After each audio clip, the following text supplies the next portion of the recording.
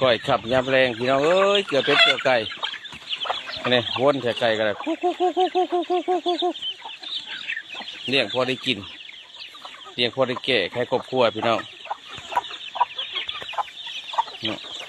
จะระวนกันทำมากกันเลยเลี้ยงพอได้แก่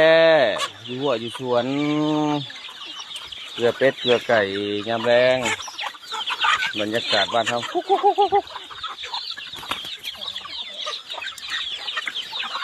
บรรยากาศยามแรง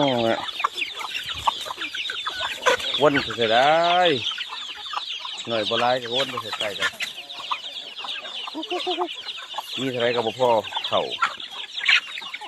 ทำ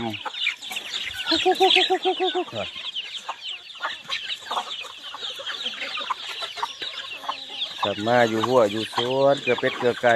พดพักพดหญ้าความสุขบ้านเฮาพี่น้องเลยนี่เท่านี้ละมันยังหลายดอกความสุขบ้านๆปีใหม่นี่ท่านขายอยู่ว่าปีใหม่สงกรานต์นี่แหละคนที่ซื้อเบียร์นะพี่น้องคนที่ขายได้คนนี้ตุนซ้ำกาซ้ำยัง